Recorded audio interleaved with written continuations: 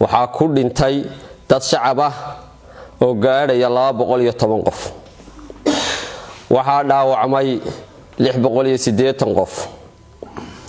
waxaa barakacay guud ahaan degmada Laascaanood magaalada Laascaanood iyo deegaanada hoos yimaada degmada Laascaanood oo ay dhibaatadaasi saameysay 200 kun oo qoys labadii bishii 3aad 2023 shir ay isugu yimaadeen golaha deegaanka degmada Laascaanood waxaanu kaga warbixin doonaa dagaalkii ka bilowday magaalada Laascaanood 6dii bishii 2aad 2023 dagaalkaas oo u dhaxeeyay ciidamada Soomaaliland iyo shacabka deegaanka dagaalkaas oo socday muddo 24 casho ah baan doonaynaa inaan warbixin ka soo saarno maanta xaaladda dagaalkaas iyo wixii khasaare ka dhashay haddii aan u soo noqdo khasaaraha uu sababay dagaalkaasi waxa weeye horta marka hore waxaan cadeynayaa oo aan mar labaad aan ku celinaynaa anagoo golaha deegaanka degmada Laascaanood intaanan u gudagelin dhibaatada uu dagaalkaasi geystay iyo khasaaraha uu geystay waxaan cadeynayaa dagaalkaas cidda u dhaxeeyo oo aan u cadeynayaa mar labaad oo aan u cadeynaynaa beesha caalamka ummadda Soomaaliyeed midowga Afrika jimciyadda qurumaha ka dhaxaysa iyo cid kasta oo bini aadan ah waxaan doonaynaa inaan u cadeyno dagaalkaas cidda u dhaxeeyo si cad inaan ugu cadeyno mar labaad annagoo ah golihii deegaanka ee degmada Laascaanood oo ah golo sharciyadna lagu doortay dagaalkaasi wuxuu u dhaxeeyaa ciidamada Soomaaliland iyo shacabka deegaanka wuxuu u dhaxeeyaa ciidamada Soomaaliland iyo shacabka deegaanka cid kale u dhaxeeya oo dagaalka loo kulay ma jirto waxa ayaamahan ugu dambeysay aad iyo aad loogu soo celceliyay oo maamulka Soomaaliland ugu soo celceliyeen oo wasiiradu ugu soo celceliyeen oo ciidamadu ugu soo celceliyeen inay dagaalka Puntland qayb ka tahay waxaan beeninayaa inaysan dagaalkaasi Puntland qayb ka ahayn waxaan beeninayaa in dagaalkaas aysan argagixis qayb ka ahayn waxaanu beeninaynaa in dagaalka dawladda Soomaaliya federaalku aanay qayb ka ahayn dagaalkaas wuxuu u dhaxeeyaa oo kaliya shacabka deegaanka iyo ciidamada Soomaaliland cid kasta arintaas aan u cadeynaynaa arintu waxa aad iyo aad maamulka Soomaaliland ugu dagaalamaya ugu celcelinaya oo caalamku u sheegaya in Puntland dagaalka qayb ka tahay nin odayo reer Burcaaba waxa la yiri xaaji hebel dambi male haddaan booyada gaariga ahaanta ka weyn u saaray aan dambi ugu soo dhuuman Puntland haddaanay Soomaaliland ku haysan shacabkii ay laysay ee garow lagu daweynayo shacabkii Laascaanood ciidamada ku laayeen ee garowna lagu daweynayo ee gacanta gargaarka ay noo fidisay bini aadanimo ee dhaawacyadii lagu daweynayay garowwe haddaana inta aanay ku haysan annagu Puntland dagaalka qayb ay ka tahay ma ogin meel ay kaga jirta ma ogin meel ay ugu timi ma ogin dawladda Puntland dagaalka kuma jirto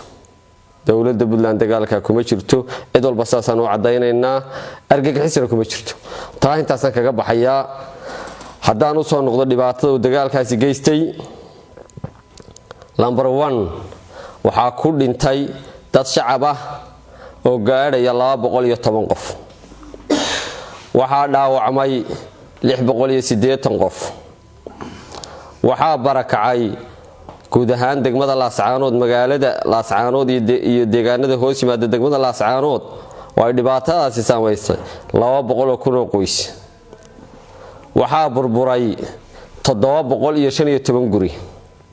waxaa xidhmay 16 kun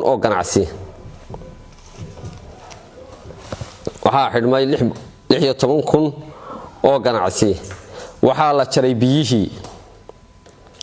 waxaa la weeraray oo ay ciidamo xoog ku galeen xaruntii laydhka oo ay matooradii iyo agabkii laydhkana rasaas la dhaceen shaqaalaheediina qabteen qaybna ay meesha ku laayeen ay ku dileen nin shaqaalaha ka mid ah isla goobtii goobtaas waxaa isku yaalay goobta la yiraahdo shirkadda Sol Power iyo shirkadda Somgas oo iyaduna bixisa gaastan cuntada meesha ay ninka ku dileen waa shirkadda Somgas shirkadda laydhka iyada shaqaalihiina waa qabsadeen oo weydinka arkay iyagoo moobil ka duubaya oo saxaafadda ay ku jiraan matooradii iyo agabkiina dhammaan rasaas bay la dhaceen waxa laydhku ka maqnaa magaalada Laascaanood 48 saacadood waxaa dhibaato la gaarsiiyay oo la bamgareeyay dhammaan xarumihii dawladda waxaa la bamgareeyay cisbitaalkii weynaa oo aad arkayseen iyadoo si toos loo bamgareeyay oo loo duqeeyay xaruntii kaydka dhiigga iyo xaruntii laydhka siinaysay cisbitaalka iyo xaruntii ay yaaleen dhaawacyadu emergency-ga waxay ciidamadu bililaqaysteen oo gurteen dhammaan agabkii guryihii ay ka dagaalamayeen ay soo galeen yaalay oo iyadana aad daawanayseen iyadoo ciidamadu ay moobilada iska duubayaan oo ay soo bandhigayaan cadaymo ku filanna aanu hayno oo guri walba saaka aynu tagi karno saxaafaddu ay tagi karto waxay laayeen shacabkii safarka ahaa ee wadada marayay oo aad ka warhaysaan bas dhan oo wadada marayay inay shacabkii saarnaa rasaas ku fureen nin sheekhina uu ku dhintay kuwa kalena ay ku dhaawacmeen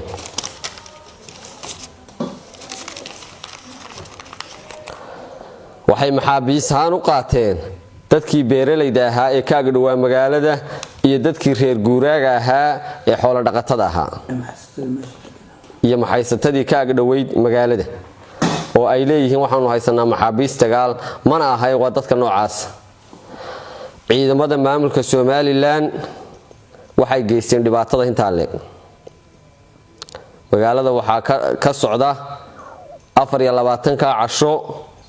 xasuuq bini'aadanimo waxaa ka socda cadowtinimo waxaa ka socda ciribtir waxaa ka socda waxaynan shaahid iyo sheeko aynan hore u maqal waxaasoo dhan waxaa mas'uuliyadeeda iska leh ciidamada Soomaaliland iyo cidda ay ka amar qaadanayaan ee xukunta dhibaatada inta laga inay ka dhacday magaalada Laascaanood baanu anagoo ah golihii deegaanka ee sharciga ah ee degmada Laascaanood aanu u cadaynaynaa ummadda Soomaaliyeed beesha caalamka iyo cid kasta ay qusayso waxaan kaloo soo jeedinayaa isimada dhaqanka ee gobolada Togdheer iyo Maroodi Jeex inaysan arintan daawada ka noqon ma jiro wax maanta system la yiraahdo system baa ku dagaalamaya Laascaanood oo la yiraahdo dawlad baan u daba fadhinaa ma jirto haddii system jiro de annaga hadlayna oo cadaynayna sida wuxuu jiraan oo shacabku hana doorteen laakiinse magaca Soomaaliland markii hore lagu soo doorto isimada dhaqanka ee beelaha gobolada Togdheer iyo Maroodi Jeex waxaan leeyahay dadka deegaankan idinkaga filnaan mayso arintu dawladda ay u taala nidaamkii dawladnimo meesha uu ka baxay cidda hawshan wada ama ku raaca ama ka qabta ismadana intaasaan leeyahay iyo cid culimada iyo cid kasta oo samaa jecel inta haddaan kaga gudbo dhibaatada dhacday haddaanu nahay golihii deegaanka degmada Laascaanood haddaanu nahay niman odayaal ah haddii aanu na dhibayso dhibaatada annaga nagu dhacaysa iyo in qof bini aadan ah oo islaam oo sablaan u dhintaba waxaanu soo jeedinaynaa talo aan u aragno in lagu gaadhayo xalka rasmiga ah ee nabad lagu helayo magaalada Laascaanood.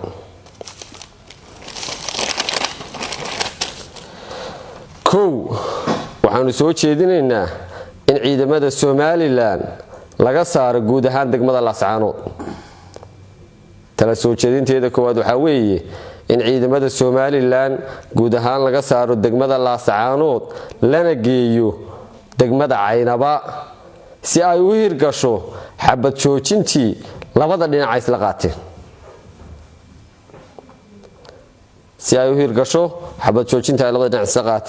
labo in shacabka hubaysan ee ku dhex jira magaalada gudaheeda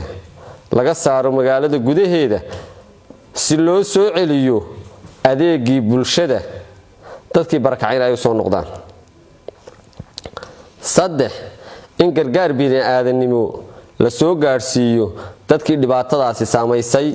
oo ku sugan guud ahaan degmada Laascaanood iyo degmada Xudun, Taleex iyo Buuhoodle. kuwii gobolada kale u barakacay